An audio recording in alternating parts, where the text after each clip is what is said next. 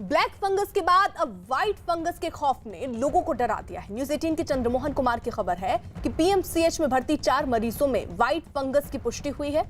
PMCH में microbiology विभाग के प्रमुख डॉक्टर एसएन सिंह ने बताया कि मरीजों में व्हाइट फंगस की पुष्टि हुई है। डॉक्टरों ने कोरोना के मरीजों और इससे ठीक हो चुके मरीजों से व्हाइट फंगस को गंभीरता से लेने की अपील भी की। डॉक्टरों का यह भी कहना है कि देरी से पहचान होने पर व्हाइट फंगस के मरीज की जान को खतरा हो सकता है।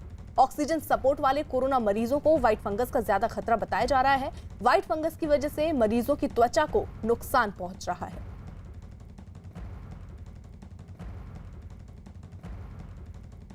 कोरोना के संक्रमण पर बड़ी खबर आ रही है। भारत सरकार ने प्रधान वैज्ञानिक सलाहकार ने कहा कि कोरोना वायरस हवा में 10 मीटर तक जा सकता है। यही वजह है कि उन्होंने कोरोना से बचने के लिए वेंटिलेशन पर जोर दिया है। लोगों को घर के दरवाजे और खिड़कियां बंद होने पर एग्जॉस्ट फैन चलाने की सलाह दी गई है। रवि सिंह हमारे साथ, हमारे सहयोगी इस वक्त जुड़ चुके हैं। रवि, पहले ये खबरें आ रही थी कि हवा में भी अब वायरस है जिससे हवा के माध्यम से फैल रहा है, लेकिन अब ये बताया जा रहा है कि 10 मीटर तक ये रह सकता है हवा में। 10 मीटर तक रह सकता है। ये भारत सरकार में जो प्रिंसिपल साइंटिफिक एडवाइजर हैं उनके दफ्तर की तरफ से और यानी कि उनकी तरफ से एक स्टेटमेंट जारी हुआ जिसमें कहा गया है कि 10 मीटर तक रह सकता है। और ऐसे में एक सुझाव भी दिया गया है कि जो वेंटिलेशन का प्रॉपर ध्यान रखा जाए। अगर दरवाजे और खिड़कियां बंद हैं तो एग्जॉस्ट फैन का जो इस्तेमाल किया जाए और खास करके ऐसी जगहों पर ज्यादा ना जाए जो बिल्कुल बंद कमरा है, क्योंकि बंद कमरे में या बंद हॉल में इसके फैलने के चांसेस ज्यादा रहते हैं। ये भी कहा गया है कि जो संक्रमित व्यक्ति है उसके ड्रॉपलेट्स 2 मीटर के दायरे में गिरते हैं। ये तमाम चीजों को लेकर जो चेतावनी दी गई है और इससे कैसे बचा जाए उसको लेकर भी एडवाइजरी जारी की गई है।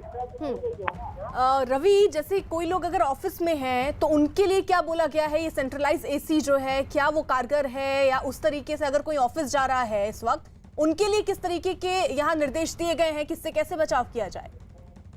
देखिए, जो एडवाइजरी या यूं कहे कि सलाह जो दी गई है कि इस तरीके से बचा जाए, दफ्तर या घर में जो वेंटिलेशन है उसके संदर्भ में ये कहा गया है कि सेंट्रल एयर मैनेजमेंट सिस्टम वाली इमारतों में सेंट्रल एयर फिल्टर में सुधार करने में काफी मदद मिलती है। सलाह दी गई कि पंखे का स्थान भी बेहद महत्वपूर्ण है, क्योंकि पंखा ऐसी जगह पर नहीं होना चाहिए जहां पर दूषित हवा किसी दूसरे के सीधे संपर्क में जाए। यानी कि अगर कोई